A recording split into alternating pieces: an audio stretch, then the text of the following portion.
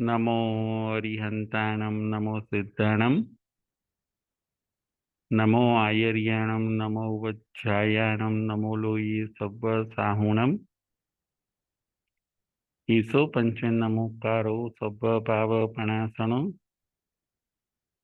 मंगलाणं च सव्येसिं पदमं हवै मंगलं पदमं हवै मंगलम्।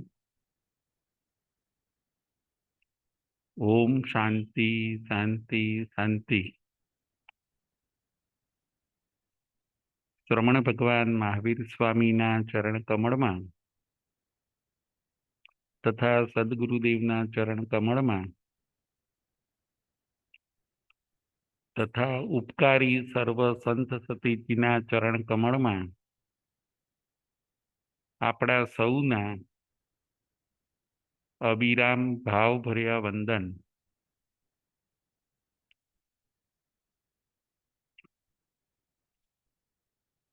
સૌને જય જીનેન્દ્ર। તારીખ 12/2/24 સોમવાર ધર્મકથાનું યોગ। આજની આપણી વાંચણીનો વિષય છે ધર્મકથાનું યોગ।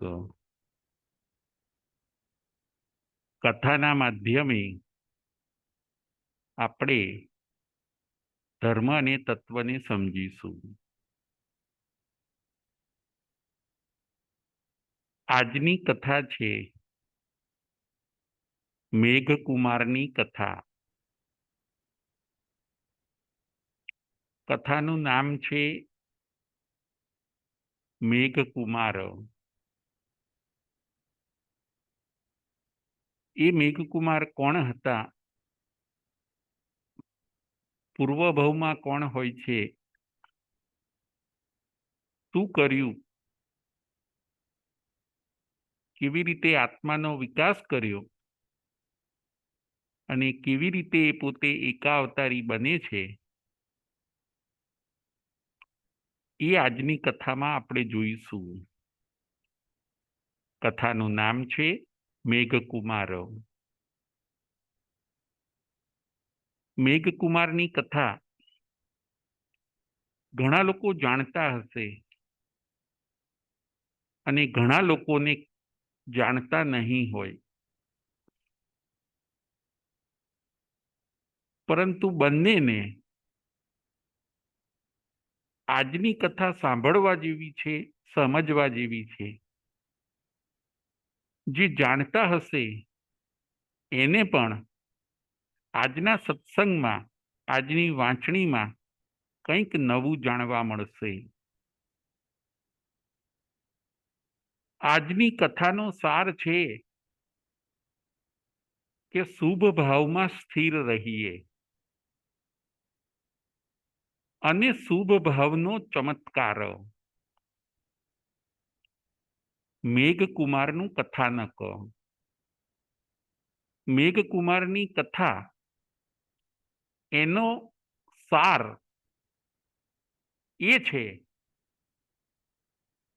કે આપણે પોતે શુભ ભાવમાં સ્થિર રહીએ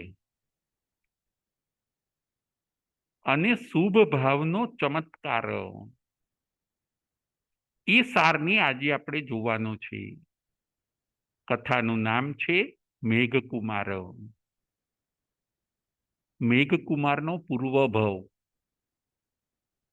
આ મેઘકુમાર જે એક રાજકુમાર હોય છે, એ પોતે પૂર્વભવની અંદર તિર્યંચ યોનિમાં એક હાથી હોય છે। હાથી, એલિફન્ટ। ગંગા નદીના કિનારે વિંધ્યાચલ પર્વત છે। એ પર્વતની અંદર આ હાથી પોતે પોતાના પરિવાર સાથે રહેતો હોય છે। તિર્યંચ યોનિ, હાથીની જાતિ, હાથીને આપણા ત્યાં ઉત્તમ પ્રાણી બતાવવામાં આવ્યું છે।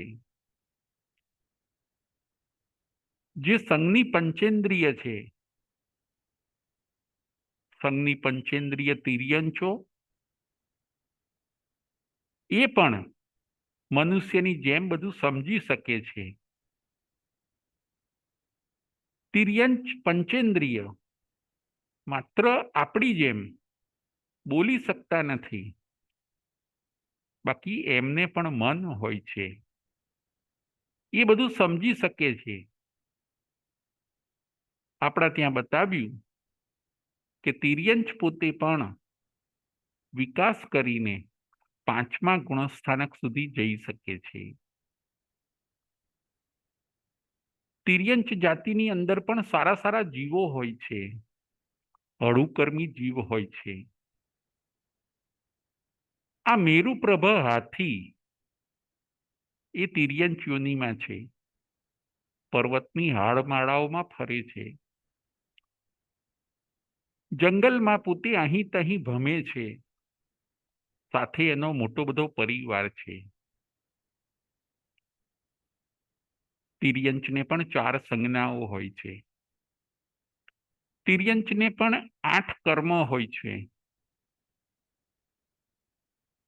તિર્યંચ પણ 4 કસાઈવાળા હોય છે. આ સુપ્રભ મેરુપ્રભ નામનો હાથી એ પોતાના પરિવાર સાથે પોતાનું જીવન વ્યતીત કરે છે. એકવાર એવું બને છે કે આ પર્વતની હારમાળાઓમાં, આ જંગલની અંદર આગ લાગે છે. બધા પ્રાણી અહીં તહીં ભાગે છે. કોઈક ઉનાળાનો તાપ હશે, લાકડા વૃક્ષ એકબીજા સાથે ઘર્ષણ પામ્યા અને ઉનાળાનો ધકધોમ તાપ, એની અંદર જંગલની અંદર આગ લાગી ગઈ. જંગલના બધા પ્રાણીઓ ભયભીત થઈ ગયા. બધા પ્રાણીઓ ભાગદોડ કરવા લાગ્યા. જેને જ્યાં ખુલ્લી જગ્યા મળી જાય ત્યાં એ પોતે રોકાવા લાગ્યા, કારણ કે આજે જંગલની અંદર આગ લાગી છે. સૂકા ઝાડપાન, સૂકા વૃક્ષો એકદમ આગ પકડાતી ગઈ. મોટા મોટા પ્રાણીઓ ભયમાં મુકાઈ ગયા. પ્રાણીઓ માટે આજે મુશ્કેલી આવી ગઈ. આ હાથી, મેરુપ્રભ હાથી, એ પણ પોતાના પરિવારને લઈને એક ખુલ્લા મેદાનમાં રહે છે. મેદાન ખુલ્લું છે, ત્યાં કોઈ લાકડા, ઘાસચારો કે સુકાયેલા વૃક્ષ નથી. એ મેદાનની અંદર પ્રાણીઓને સલામતી લાગી કે અહીંયા આપણે સેફ છીએ. આ ખુલ્લા મેદાનમાં આગ આવશે નહીં. આ ખુલ્લા મેદાનની અંદર આપણને જીવનું જોખમ નથી. એ મેદાન ખીચોખીચ પ્રાણીઓથી ભરાઈ ગયું. આજુબાજુ બધે આગ છે.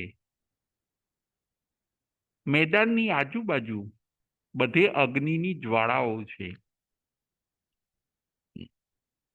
જંગલની અંદર આગે પોતે વિકરાળ સ્વરૂપ ધારણ કર્યું. પ્રાણીઓ મેદાનની અંદર ભૂખ્યા અને તરસ્યા પોતાનું સ્થાન ગ્રહણ કરીને ઊભા છે. કોઈ ક્યાંય જમવા ન જઈ શકે, કોઈ ઘાસચારા માટે ન જઈ શકે. આ મેદાનની અંદર હાથીઓ, સસલા, હરણ, હિંસક પ્રાણીઓ પણ આજે એકબીજાનું વેર ભૂલીને પાસે પાસે ઊભા છે, કારણ કે આગે બધાને ડરાવી દીધા. હિંસક પ્રાણીઓએ એકબીજાનું પરસ્પરનું વેર પણ ભૂલી ગયા છે, કારણ કે આજે સૌના માટે મુશ્કેલી એક સરખી છે. આજે પરસ્પર કોઈને વેર નથી. મેરુપ્રભ હાથી એ પણ આ મેદાનની અંદર છે. એવું બને છે મેદાન આખું ખીચોખીચ ભરેલું છે. મેદાનની અંદર થોડી પણ જગ્યા નથી. મેદાનને શાસ્ત્રની અંદર માંડલું કહ્યું છે કે માંડલું આખું પ્રાણીઓથી ભરાઈ ગયું છે. વૃક્ષો ખાલી થઈ ગયા. વૃક્ષ નીચેની જગ્યાઓથી પ્રાણીઓ ખસી ગયા અને બધા પ્રાણીઓ આજે મેદાનમાં આવી ગયા છે. આવા સમયે મેદાનની અંદર સહેજ પણ જગ્યા નથી. સુમેરુપ્રભ હાથી ખૂબ પુણ્યશાળી છે. એ હાથી પોતે એક પગને ખણવા માટે આગળનો બીજો પગ ઊંચો કરે છે. આગળના બે પગ એમાંથી એક પગે એને ખંજવાળ આવે છે. એ ખંજવાળને દૂર કરવા માટે બીજો પગ ઊંચો કરીને જ્યારે એ પગે એ પોતે ખણે છે એ અરસામાં એક સસલું ખાલી થયેલી એ પગ નીચેની જગ્યામાં આવી જાય છે. સસલું એટલે રેબિટ. હાથીએ પગ ઊંચો કર્યો, જગ્યા ખાલી થઈ અને સસલું એ જગ્યામાં આવી જાય છે. રેબિટ એ જગ્યાએ ગોઠવાઈ જાય છે. ખંજવાળ પતી ગયા પછી હાથી જ્યારે પગ નીચે મૂકવા જાય છે ત્યારે એને કોમળ સ્પર્શ થયો. એને જોયું કે નીચે સસલું આવી ગયેલું છે. પછી એ પગ ઉપર રાખે છે. એને દયાના ભાવ થયા. આજે કોઈને પરસ્પર દ્વેષ નથી. દરેક પ્રાણીઓને એકબીજા પ્રત્યે મિત્રતા છે. માંડલાની અંદર બધા પ્રાણીઓ ગોઠવાઈ ગયા છે. હાથી પગ નીચે નથી મૂકતો. એને દયાના ભાવ આવ્યા કે સસલું ભલે નીચે બેઠું, હું પગ ઉપર રાખીશ. સુમેરુપ્રભ હાથીને દયાના ભાવ આવ્યા. દયા અને કરુણા, જીવદયાનું આપણા ત્યાં ખૂબ ઊંચું સ્થાન છે. જીવદયા જેવો કોઈ ધર્મ નથી અને જીવ હિંસા જેવું કોઈ પાપ નથી. હાથીને પોતાને દયા આવે છે. સસલા ઉપર એને દયા આવે છે. એક દિવસ નહીં, બે દિવસ નહીં, અઢી દિવસ સુધી આગ ચાલે છે. અઢી દિવસ પછી આગ શાંત થઈ. અઢી દિવસ મેરુપ્રભ હાથીએ પગને ઊંચો રાખ્યો દયાના ભાવથી. શુભ ભાવમાં સ્થિર રહીએ. આજની કથાનો આપણો સાર છે કે આપણે શુભ ભાવમાં સ્થિર રહીએ અને શુભ ભાવનો ચમત્કાર એ આજે આપણે વાંચણીની અંદર જોવાનું છે. જોજો આપણે ડે બાય ડેની લાઈફમાં શુભ ભાવ આવે, વળી પાછો આપણે એને છોડી દઈએ, અશુભ ભાવમાં જતા રહીએ. ઘણીવાર અશુભ ભાવમાં લોંગ ટાઈમ માટે સ્થિર થઈ જઈએ. એ કરવાની ભગવાન ના પાડે છે કે અશુભ ભાવમાં તમે જશો નહીં, અશુભ ભાવમાં સ્થિર ન થશો. કદાચ અશુભ ભાવમાં જાઓ તો તરત પાછા વળી જાઓ, કારણ કે અશુભ ભાવની અંદર આત્માનું હિત નથી. શુભ ભાવમાં તમે સ્થિર થાઓ, શુભ ભાવને લાવો.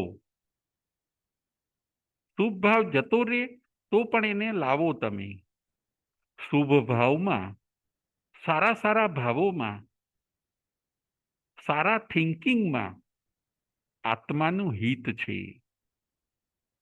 અહીંયા હાથી પણ શુભ ભાવ રાખે છે, દયાના ભાવ રાખે છે. પાણાનું કંપી આય, ભૂયાણું કંપી આય, જીવાણું કંપી આય, સત્તાણું કંપી આય. અનુકંપા ભાવો, સસલાને બચાવવાના ભાવથી અઢી અઢી દિવસ હાથી પણ ઊંચો પગ રાખે છે. જુઓ હાથી કેવો શુભ ભાવની અંદર સ્થિર છે. શુભ ભાવમાં આપણે પણ સ્થિર રહીએ. શુભ ભાવમાં સ્થિર રહેવાથી આપણા આત્માનો પ્રોગ્રેસ થાય છે. શુભ ભાવમાં સ્થિર રહેવાથી આપણા આત્માનો વિકાસ થાય છે. એ પ્રયત્ન દરેક મનુષ્યએ ચોક્કસ કરવો જોઈએ. અશુભ ભાવમાં રહેવાની જે હેબિટ પડી ગઈ છે એ આપણે કાઢી નાખવી જોઈએ. આ દ્રષ્ટાંતમાં આપણને એ ઘણું બધું જાણવા મળે છે. તકલીફમાં પણ આપણે શુભ ભાવમાં સ્થિર રહીએ. જુઓ તકલીફ છે, મેરુપ્રભા હાથી પોતે સસલાને સાઈડમાં કરી શક્યો હોત, કારણ કે એને પણ પગ ઊંચો રાખવામાં તકલીફ પડતી હતી. છતાં પણ આ દ્રષ્ટાંતમાંથી આપણે એ જાણવાનું છે કે તકલીફને સહન કરીને પણ મેરુપ્રભા હાથીએ શુભ ભાવમાં સ્થિર રહ્યા. તકલીફને સહન કરીને પણ મેરુપ્રભા હાથી શુભ ભાવમાં સ્થિર રહે છે. આપણે પણ એ શીખવાનું છે કે અનુકૂળતા હોય ત્યારે તો આપણે શુભ ભાવમાં સ્થિર રહીએ, પરંતુ મેરુપ્રભા હાથી જેવી પ્રતિકૂળતા હોય ત્યારે પણ આપણે શુભ ભાવમાં રહીએ. દયાના પરિણામ. હવે શુભ ભાવનો શું ચમત્કાર થાય છે એ આપણે જોઈએ. દયાના પરિણામ. હાથી પોતે અઢી દિવસ પગ ઊંચો રાખે છે. નીચે સસલું છે, સસલાને જગ્યા આપી. સસલાને બેસવાની જગ્યા આપી. સસલા પ્રત્યે કોમળ ભાવ છે. સસલા પ્રત્યે અનુકંપાના ભાવ છે. હાથી શાંત અને પ્રશાંત છે. અઢી દિવસે આગ શાંત થઈ. બધા પ્રાણીઓ ધીરે ધીરે નીકળવા લાગ્યા. હરણ પણ નીકળી ગયા. જંગલી પ્રાણીઓ પણ ત્યાંથી નીકળી ગયા. હાથીઓ પણ નીકળી ગયા. બધા સસલું પણ નીકળી જાય છે. આ મેરુપ્રભા હાથી હવે પગ નીચે મૂકવા જાય છે. પરંતુ જે પગ અઢી અઢી દિવસથી ઉપર હતો એ પગ જકડાઈ ગયો, બેલેન્સ રહ્યું નહીં. પગ નીચે મૂકવા જાય છે, રગ પકડાઈ ગઈ. 3 દિવસથી હાથી ભૂખ્યો છે. શરીરનું બેલેન્સ રહ્યું નહીં અને મેરુપ્રભા હાથી જમીન ઉપર પડી જાય છે. છતાં પણ શાંતિ રાખે છે, છતાં પણ ક્ષમતા રાખે છે. શુભ ભાવમાં રહે છે. શુભ ભાવનો ચમત્કાર. 1 દિવસ, 2 દિવસ અને 3 દિવસ, અઢી દિવસ આજ્ઞા પસાર થયા. શરીરથી હવે ઊભું થવાતું નથી. પાછા 3 દિવસ પસાર થઈ ગયા, અનાજ પાણી વગર. પરંતુ મનમાં જે શુભ ભાવ હતો, દયાનો ભાવ હતો,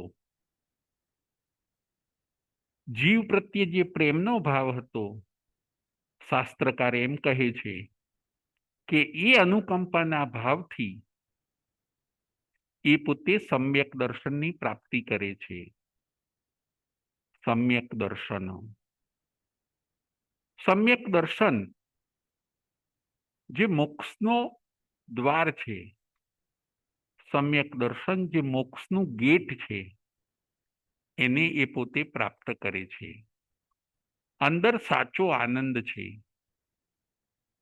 અંદર સાત્વિકતા છે, આત્માની અંદર શુભ ભાવ છે, પરોપકાર કર્યાનો આનંદ છે.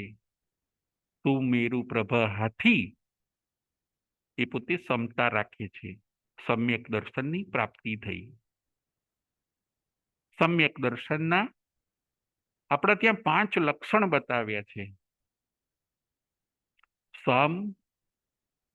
સંવેગ, નિર્વેદ, અનુકંપા અને આસ્થા.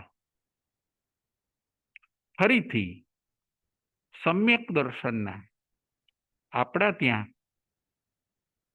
5 લક્ષણ એટલે કે સાઇન બતાવ્યા છે.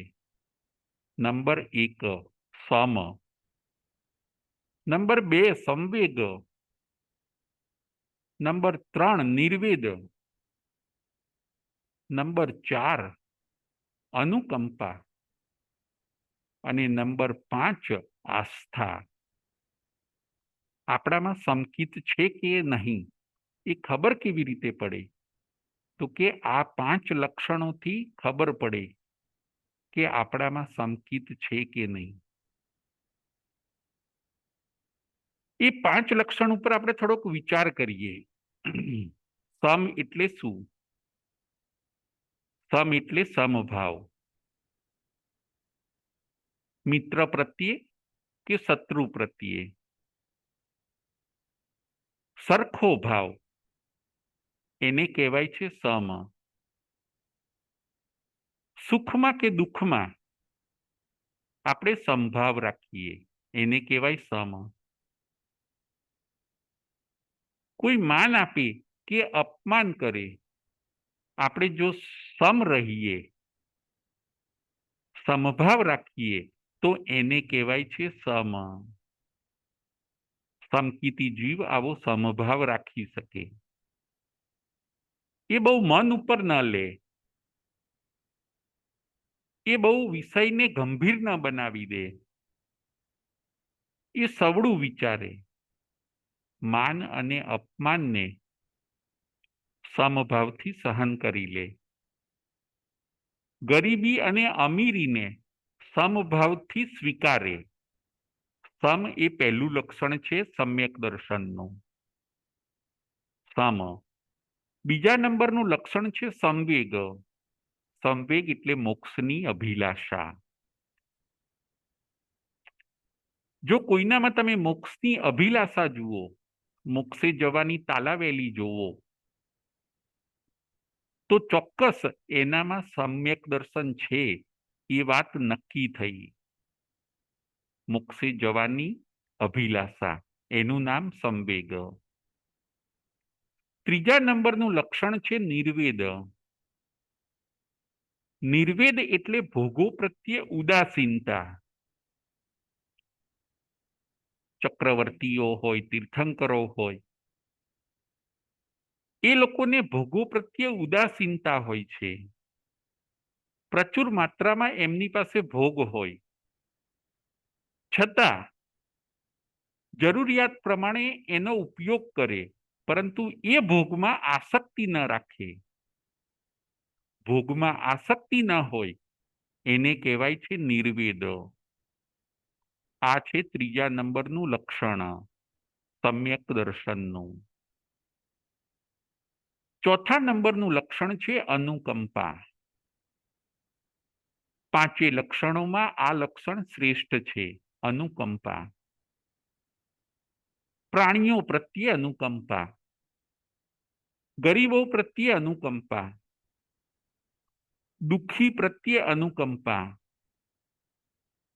ગરીબો પ્રત્યે અનુકંપા.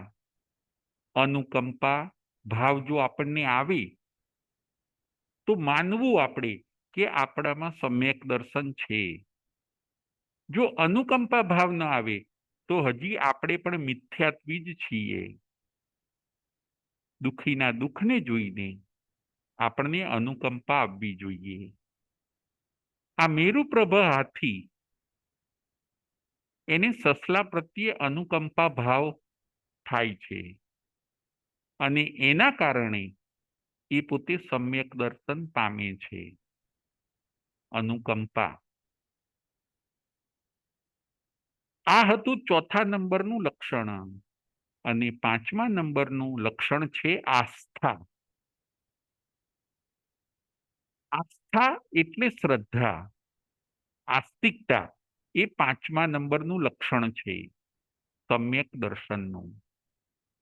ધર્મ અને કર્મ પ્રત્યે આસ્થા, સ્વર્ગ અને નરક પ્રત્યે આસ્થા, પુણ્ય અને પાપ પ્રત્યે આસ્થા હોય તો નક્કી માનવું કે આપણે સંકિતી છીએ. આસ્થા ન હોય, શ્રદ્ધા ન હોય, એની જગ્યાએ જો શંકા હોય, કુશંકા હોય, અથવા તો આસ્થાની જગ્યાએ આપણને અશ્રદ્ધા હોય તો માનવું કે આપણે હજી સંકિતી નથી, પરંતુ આપણે હજી મિથ્યાત્વી છીએ. આવી રીતે સંકિતના 5 લક્ષણ છે. લક્ષણ ઉપરથી લક્ષણી ઓળખાય છે. આ 5 લક્ષણ આપણે આપણા જીવનમાં લાવવાના છે અને જો હોય તો એનો વધારે પ્રોગ્રેસ કરવાનો છે. ફરીથી એકવાર આ 5 લક્ષણો બોલી જઉં છું. સમ્યક દર્શનના 5 લક્ષણ: સમ, સંવેગ, નિર્વેદ, અનુકંપા અને આસ્થા. આ 5 સમ્યક દર્શનના લક્ષણ છે. અનુકંપાના ભાવથી, અનુકંપાના શુભ ભાવથી સુમેરુપ્રભ હાથી એ પોતે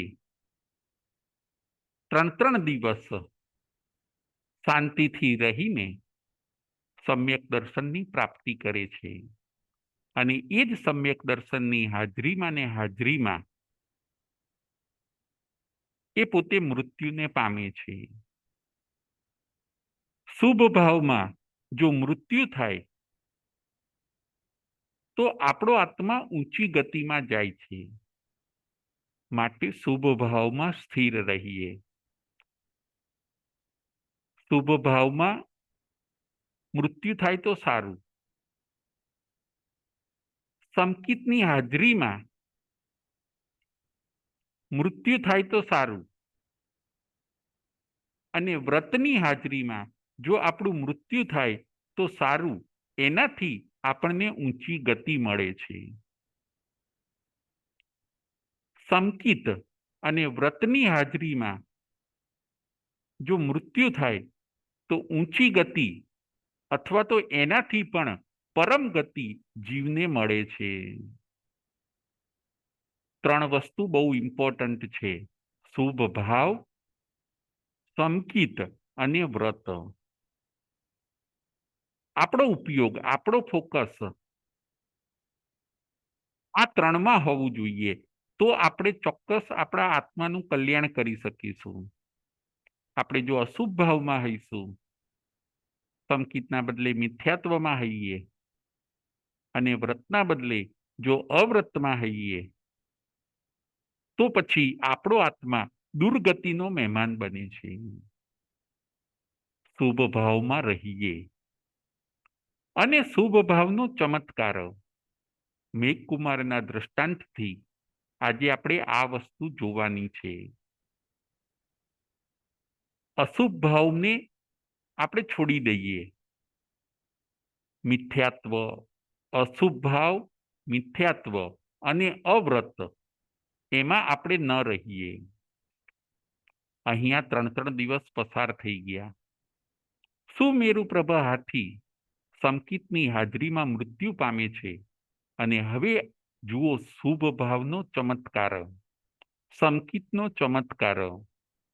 એ હાથીનો જીવ સીધો જ શ્રેણિક રાજાના ત્યાં ધારિણી રાણીની કુક્ષીમાં એ પોતે જાય છે. ધારિણી રાણીની કુક્ષીની અંદર એ પોતે જાય છે. સુમેરુપ્રભ હાથીનો જીવ તિર્યંક યોનિમાંથી સીધો જ મનુષ્ય યોનિમાં ગયો. તિર્યંક યોનિમાંથી સીધો રાજાના ત્યાં, રાણીના ત્યાં એ પોતે ઉત્પન્ન થાય છે. રાણીના ગર્ભમાં ઉત્પન્ન થાય છે. આ છે શુભ ભાવનો ચમત્કાર. રાજાનું નામ છે શ્રેણિક રાજા અને રાણીનું નામ છે ધારિણી દેવી. શ્રેણિક રાજા ભગવાન મહાવીર સ્વામીના સમયમાં થઈ ગયા. શ્રેણિક રાજા ભગવાન મહાવીર સ્વામીની ઉપાસના કરતા. ભગવાન મહાવીર સ્વામીની પાસે અવારનવાર જઈને પોતે સત્સંગ કરીને પોતાનું આત્મકલ્યાણ કેવી રીતે કરવું એનું માર્ગદર્શન મેળવતા. એવા ધર્મિષ્ઠ રાજાના ત્યાં આ હાથીનો જીવ જાય છે. રાણી ગર્ભનું વહન કરે છે.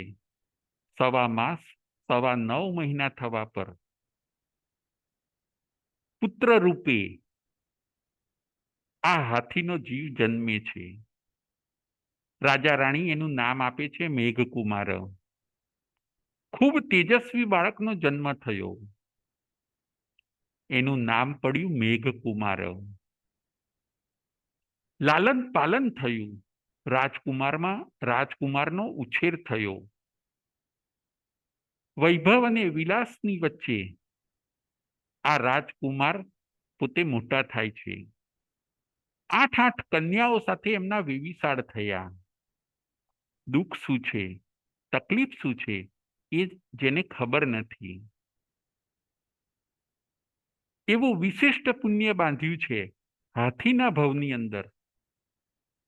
એવો શુભ ભાવ રાખ્યો હતો કે આજે એ શુભ ભાવે એમને ક્યાંથી ક્યાં પહોંચાડી દીધા. 8 કન્યાઓ સાથે લગ્ન થયા. એ ટાઈમે એવું બને છે કે પોતે હજી 20-22 વર્ષની ઉંમરના છે. ગુણશીલ ચૈત્યનમાં, ગુણશીલ નામના ઉદ્યાનમાં અને રાજગૃહી નગરીની અંદર ભગવાન મહાવીર સ્વામી પધારે છે. શ્રેણિક રાજા અને ધારિણી રાણી દર્શન કરવા જાય છે. એમનો આ રાજકુમાર મેઘકુમાર પણ દર્શન કરવા જાય છે ભગવાન મહાવીર સ્વામીના. હળુકર્મી આત્મા છે. મેરુપ્રભ હાથીના ભવની અંદર એમણે સમકિતની પ્રાપ્તિ કરી હોય છે, પરંતુ અત્યારે એ સમકિત થોડું અવરાઈ ગયું. સુખના સાધનો વચ્ચે અત્યારે એ પોતે આવી ગયા છે. મેઘકુમાર પણ પોતાની 8 કન્યાઓ સાથે 24માં તીર્થંકર ભગવાન મહાવીર સ્વામીના દર્શન કરવા માટે જાય છે. ભગવાન મહાવીર સ્વામી દેશના આપે છે. પરમાત્માને 34 અતિશયોથી જોયા. પરમાત્માના વિશિષ્ટ અતિશયોને જોયા અને આ હળુકર્મી આત્મા મેઘકુમાર પોતે જાગી જાય છે. એક જ દેશના ભગવાનની સાંભળી અને પાછું અવરાઈ ગયેલું એ સમકિત એ પાછું પ્રગટ થયું. સાચું શું અને ખોટું શું એનો વિવેક એમને ત્યાં પ્રવચન સાંભળતા સાંભળતા જ થઈ ગયો કે સાચું આ છે અને ખોટું આ છે. ખોટું કરાય નહીં અને સાચાને મિસ ન કરાય. જે આત્માને લાભ કરનારું છે એ પ્રયત્ન આપણે તરત કરવો જોઈએ. આ હળુકર્મી આત્મા ભગવાન મહાવીર સ્વામીના એક જ પ્રવચનથી જાગી જાય છે. ઘરે આવીને માતા પિતાને કહે છે કે માતા પિતા, મારે ભગવાન મહાવીર સ્વામી પાસે દીક્ષા લેવી છે. પિતા શ્રેણિક રાજા અને માતા ધારિણી દેવી સમજાવે છે કે બેટા, સંયમ જીવન સહેલું નથી, કેટલા કષ્ટો હોય. તમને તો કષ્ટ શું એ ખબર નથી, તમને તો દુઃખ શું એ ખબર નથી, પરંતુ આ સંકિતી આત્મા માતા પિતાને સમજાવે છે કે હે માતા પિતા, તમે મારી ચિંતા ન કરો. ભગવાનના પુણ્ય પ્રતાપથી હું બધું સંકિતથી હું બધું સારી રીતે સમજી શકું છું કે સાચું શું છે ને ખોટું શું છે. માટે મને હવે વિલંબ ન કરો. મારે જે મારા આત્માનું શ્રેય કરવું છે, આત્માનું કલ્યાણ કરવું છે, એમાં મને હવે આપ રજા આપો. ન માનવાથી માતા પિતા છેલ્લે એક વિનંતી કરે છે કે આપ એક દિવસ માટે પણ રાજા થાઓ. આપ એક દિવસ માટે આ રાજગૃહી નગરીના રાજા થાઓ, અને પછી અમે તમને સહર્ષ રજા આપીશું.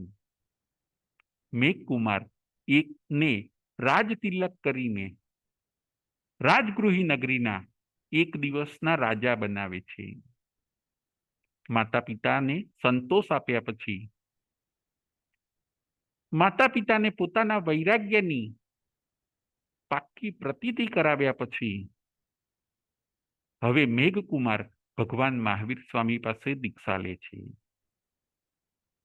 માતા પિતા કહે છે કે તમે તમારા આત્માનું એવું સરસ કામ કરજો કે હવે બીજી માતાઓને રડાવી ન પડે.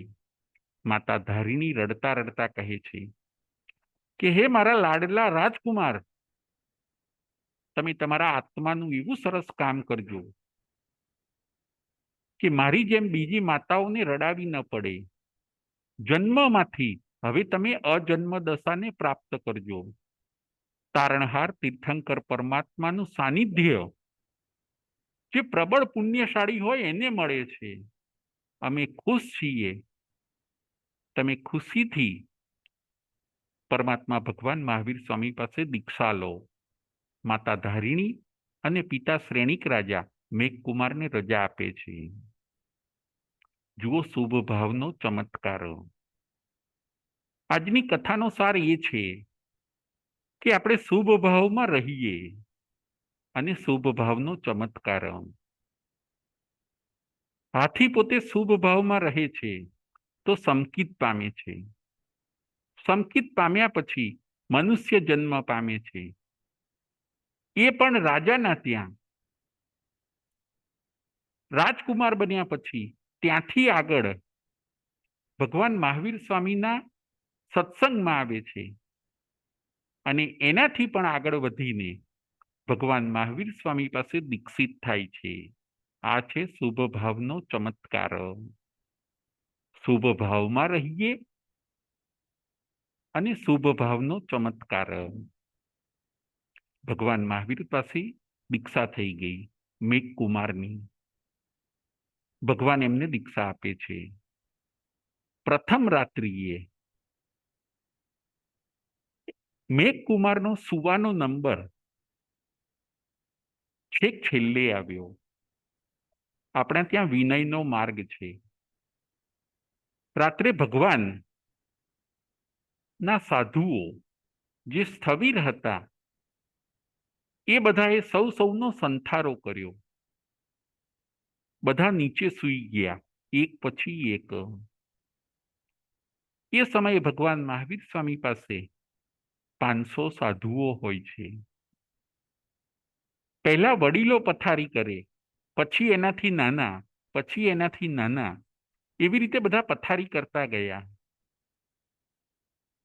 અને મેઘકુમારની પથારી છેક છેલ્લે દરવાજા પાસે કરવામાં આવી. વિનય માર્ગ. પહેલા આચાર્યો સૂવે, સ્થવિરો સૂવે,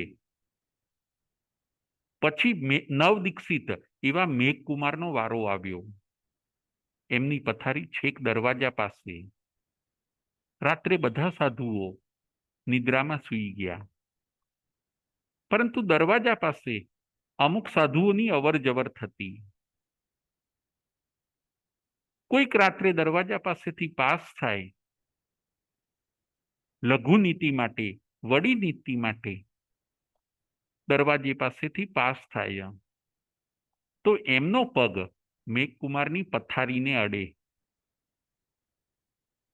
કોઈક સાધુનો પગ મેઘકુમારના પગને અડી જતો.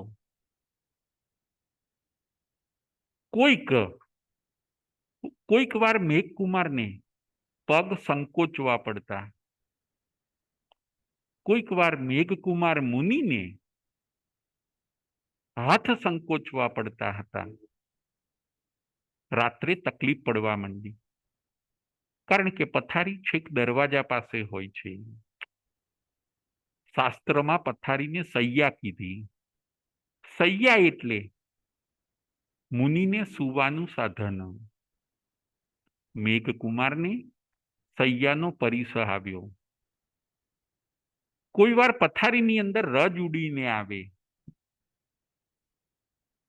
કોઈ વાર પથારીની અંદર કોઈનો પગ પડે, કારણ કે રાત્રે બીજા બધા સાધુઓની અવર જવર રહેતી. કોઈ બહુ મેઘકુમારની નોંધ ન લે. મેઘકુમારના મનમાં હવે તરંગો ચાલે છે. એ વિચારવા લાગ્યા કે મને હવે ઊંઘ આવતી નથી, થાક લાગ્યો છે, અને આ બધા સંતો કેવા છે, કોઈ મારું ધ્યાન રાખતું નથી. એવા વિચારો ધીરે ધીરે આવવા લાગ્યા. હું જ્યારે રાજકુમાર હતો ત્યારે આ બધા સંતો મને બોલાવતા, પ્રેમથી બોલાવતા, અને અત્યારે કોઈ મારા તરફ ધ્યાન આપતું નથી. મને ઊંઘ આવતી નથી, મારી કોઈ દરકાર કરતું નથી. આવું કેમ બન્યું? માતા પિતા તો મને કેવું સરસ સાચવતા. રાજમહેલમાં નોકર ચાકરો મારી કેટલી સરસ સંભાળ લેતા, અને અહીંયા કોઈ મારું ધ્યાન રાખતું નથી. મેઘકુમારને વિચારો હવે પાછા થવા લાગ્યા. એમને એમ થયું કે દીક્ષા લેવામાં ઉતાવળ થઈ ગઈ. દીક્ષા ડિફિકલ્ટ છે, મારે હવે પાળવી નથી. જુઓ, દયાની અંદર પોતે ડગ્યા નહીં, પણ સંયમમાં ડગ્યા પોતે, કે દીક્ષા ડિફિકલ્ટ છે. ઊંઘ આવતી નથી, અવાજ, ઘોંઘાટ. કાલ સવારે પરમાત્માને હું રજોહરણ અને મુપતિ આપીને પછી હું મારા માતા પિતા પાસે જતો રહું. મેઘકુમારને આવા વિચાર આવ્યા. ગમે તેમ કરીને આજની રાત કાઢી લઉં, ધર્મથી ન કંટાળો. આ કથામાંથી આપણે એ પણ જોવાનું છે, ધર્મમાં તમને કષ્ટ તો આવશે, પરંતુ તમે ધર્મથી કંટાળો નહીં. સિદ્ધાંતો મૂકી ન દો. જે ત્યાગ કર્યો છે એમાં મજબૂત રહો, તો ચોક્કસ કાર્યની સિદ્ધિ થશે અને આત્માનું કલ્યાણ થશે. ધર્મથી કંટાળો ન હોય, ધર્મને મૂકવાનો ન હોય. મેઘકુમાર અહીંયા ધર્મથી કંટાળી ગયા. એમને એમ થયું કે દીક્ષા ડિફિકલ્ટ છે. રાત ગમે તેમ કરીને પસાર કરે છે.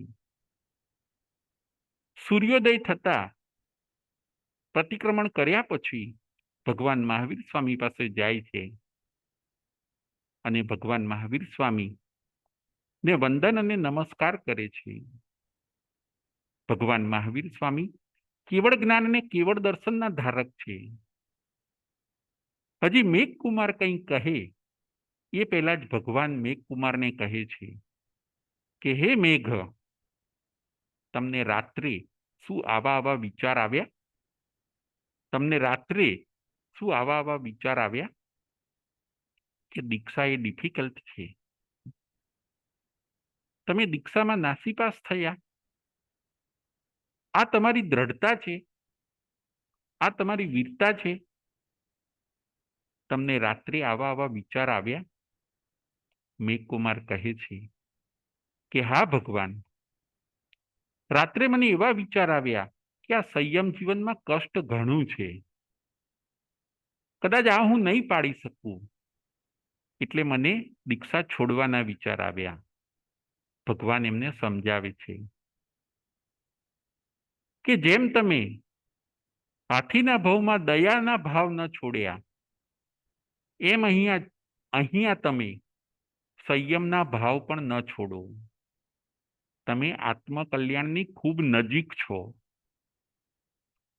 તમે વિકાસ કરતા કરતા છેક એટલે સુધી આવ્યા છો કે હવે તમારા કાર્યની સિદ્ધિ થવાની છે. માટે તમે સંયમથી પીછેહટ ન કરો. પરમાત્મા ભગવાન મહાવીર સ્વામી મેઘકુમારને સમજાવે છે કે સંયમ પ્રત્યે તમે દ્રઢતા રાખો, નાસીપાસ ન થાઓ, મન મજબૂત કરો, વ્રતમાં સ્થિર થાઓ, કષ્ટથી તમે ગભરાઓ નહીં. તમે તમારો પાછળનો ભવ જોવો. ભગવાન મહાવીર સ્વામી મેઘકુમારને કહે છે, તમે તમારો પાછળનો ભવ જોવો. મેઘકુમાર આંખો બંધ કરીને પોતાનો પાછળનો ભવ જોવે છે અને મેઘકુમારને જાતિ સ્મરણ જ્ઞાન થાય છે. ભગવાન મહાવીર સ્વામીના કહેવાથી એ પોતે જ્યારે ઉપયોગને પાછળના ભવની અંદર લઈ જાય છે ત્યારે એમને જાતિ સ્મરણ જ્ઞાન થાય છે.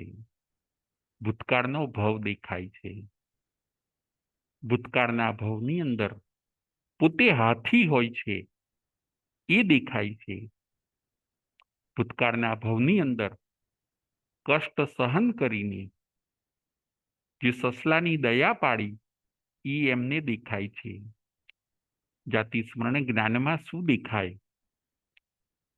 કોઈને આ પ્રશ્ન થાય કે જાતિ સ્મરણ જ્ઞાનમાં શું દેખાય, તો જાતિ સ્મરણ જ્ઞાનની અંદર આપણને આપણા પાછળના ભવ દેખાતા હોય છે કે પાછળના ભવની અંદર આપણે કયો રોલ ભજવ્યો છે એ આપણને દેખાતું હોય છે.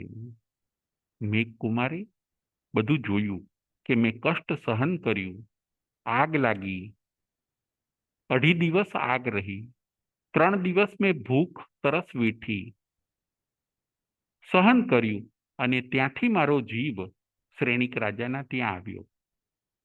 મેં ભૂતકાળમાં કષ્ટ સહન કર્યું છે. આ બધું મેઘમુનિ એ પોતે જાતિ સ્મરણ જ્ઞાનમાં જોવે છે. આંખો હવે ખોલે છે. ભગવાન સમજાવે છે કે હે મેઘકુમાર, હે મેઘમુનિ, તમે હવે સ્થિર થાઓ. સસલાની દયા પાડવા માટે તમે કેટલું સહન કર્યું હતું, તો તમારા આત્માનું કલ્યાણ કરવા માટે હવે તમે થોડુંક સહન કરો. સસલાની દયા પાડવા માટે તમે કેવું મન મજબૂત કર્યું હતું, હવે તમારા આત્માના કલ્યાણ માટે તમે સંયમ જીવનમાં મનને મજબૂત કરો. સંયમ જીવનથી પીછેહટ ન કરો. હવે નજીકના સમયમાં જ તમારી કાર્ય સિદ્ધિ થવાની છે. ભગવાનના વચનોથી, ભગવાનની વાણીથી અને ભગવાનના અતિશયોથી મેઘકુમાર સ્થિર બને છે.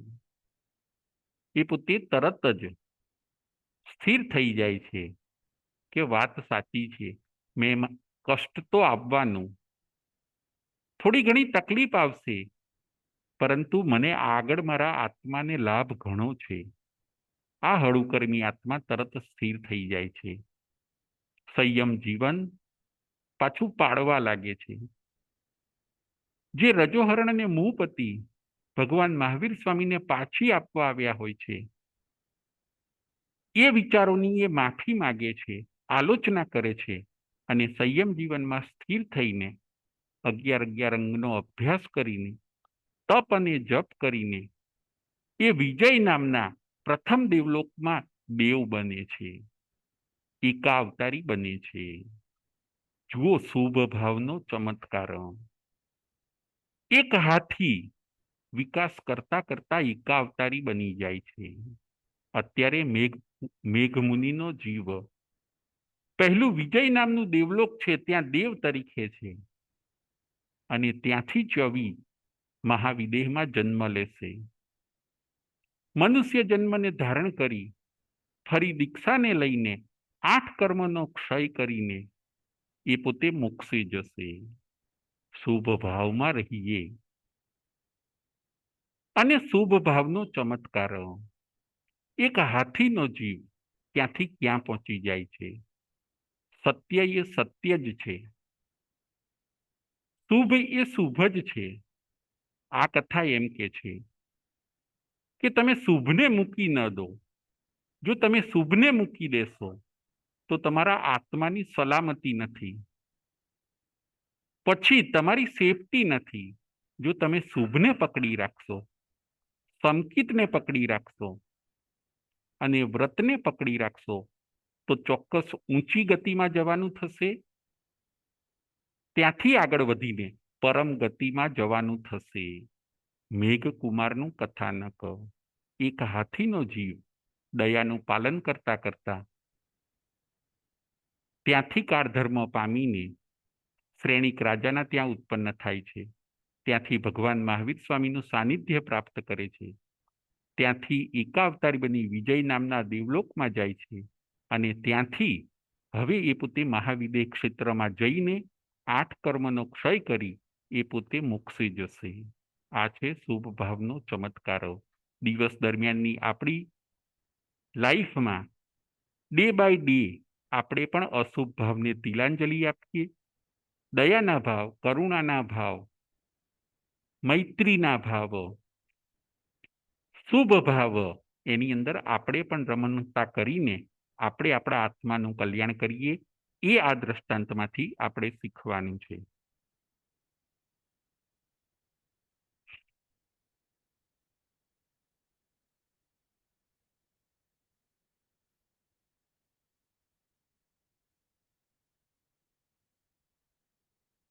પ્રશ્નોત્તરી.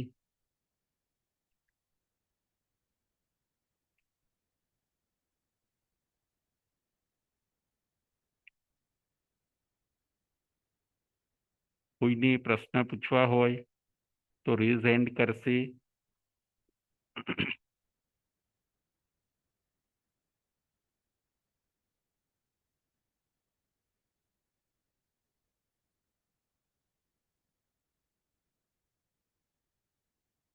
પ્રદીપભાઈ મહેતા. જય જિનેન્દ્ર. જય જિનેન્દ્ર. મેઘકુમારને હાથીના ભાવમાં એવી ક્ષમતા ક્યાંથી મળી હતી? પૂર્વ ભાવમાં કઈ હજી પણ કર્યું હશે ને?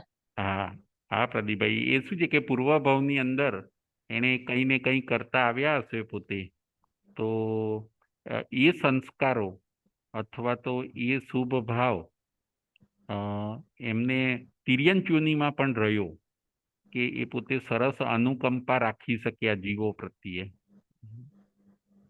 એવું બની શકે તો જ એવું બની શકે પોતે. બરાબર. ખ્યાલ આવ્યો? હાજી. Okay okay. હવે આગળનો પ્રશ્ન.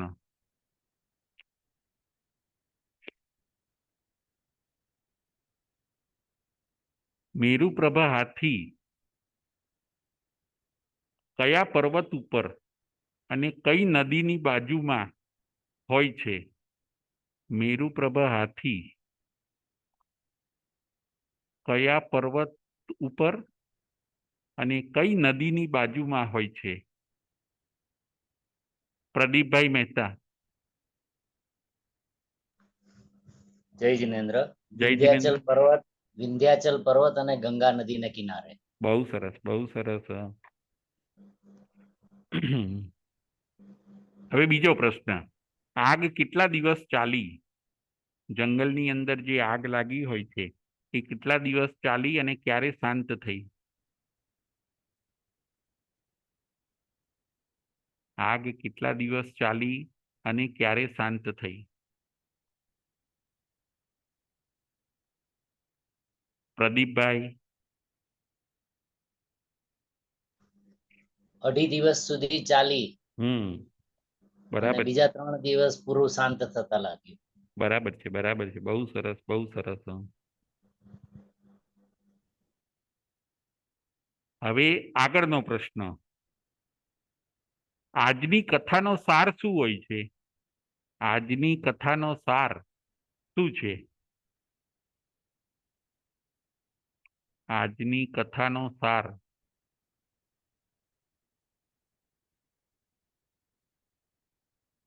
આજની કથાનો સાર શું છે?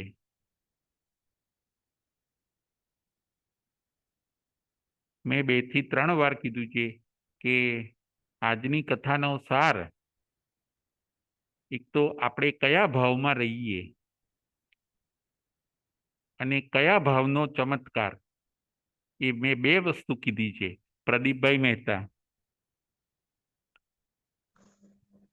સમભાવમાં રહેવું અને તેનાથી સમકિત પ્રાપ્ત થાય. બરાબર છે. અને હજી બીજું હતું પ્રદીપભાઈ વ્રત કે વ્રત છે, વ્રત હમ સમ્યક દર્શનની પ્રાપ્તિ થાય, એમ એના 5 બરાબર છે. લક્ષણ છે. ના, આજની કથાનો સાર પ્રદીપભાઈ એ હતો કે આપણે શુભ ભાવમાં રહીએ અને અને શુભ ભાવનો ચમત્કાર. આજની કથાનો સાર શું હોય છે કે આપણે શુભ ભાવમાં રહીએ જી અને શુભ ભાવનો ચમત્કાર. શુભ ભાવે ચમત્કાર કર્યો કે નહીં પ્રદીપભાઈ? શુભ ભાવે હાજી, હાજી. મેરુપ્રભા હાથી ક્યાંથી ક્યાં પહોંચી જાય છે પોતે. હા, હા. આ દ્રષ્ટાંત દરેક માણસને પ્રેરણા કરે છે કે જો તમે શુભ ભાવ રાખશો તો મેરુપ્રભા હાથીની જેમ તમે તમારા આત્માનો વિકાસ કરી શકશો. ખ્યાલ આવ્યો? હાજી, હા. હાજી. હવે આગળનો પ્રશ્ન. સંકિતના 5 લક્ષણ કયા કયા? સંકિતના 5 લક્ષણ કયા કયા? સંકિતના 5 લક્ષણ.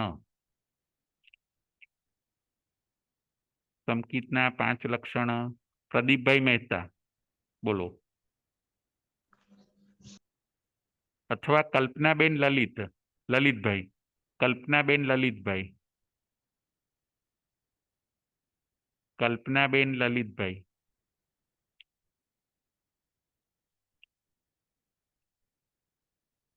ત્યાં તમે અનમ્યુટ કરશો તો ખ્યાલ આવશે. ત્યાંથી તમે અનમ્યુટ કરશો તો અવાજ અહીં સંભળાશે. ઓકે. પ્રદીપભાઈ મહેતા, સંકિતના 5 લક્ષણો. જય જિનેન્દ્ર. જય જિનેન્દ્ર. સંવેગ, નિર્વેદ, અનુકંપા અને આસ્થા. બહુ સરસ, બહુ સરસ. Thank you. જય જિનેન્દ્ર. હવે આગળનો પ્રશ્ન.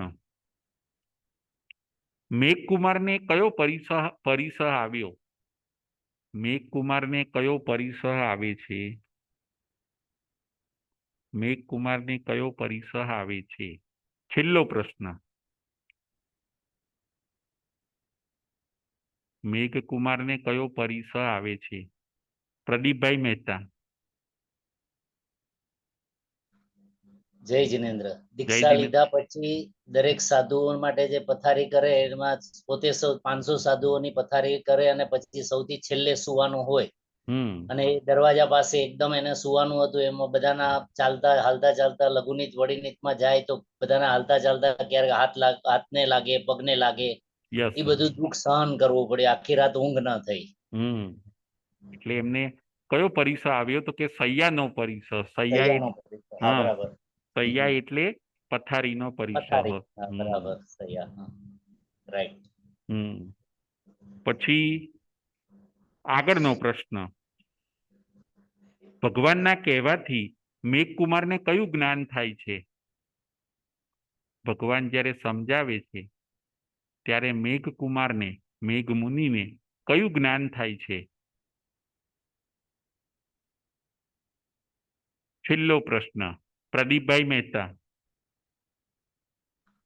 જય જિનેન્દ્ર. જાતિ સ્મરણ જ્ઞાન થાય છે. બહુ સરસ, બહુ સરસ. જાતિ સ્મરણ જ્ઞાન. પૂર્વભાવ યાદ આવે છે. બરાબર છે. એને એના પાછળના જે પૂર્વભાવો શું થાય છે યાદ આવે છે. ખ્યાલ આવ્યો? હાજી. Thank you. જય જિનેન્દ્ર. સૌને જય ધન્યવાદ. જિનેન્દ્ર, જય મહાવીર.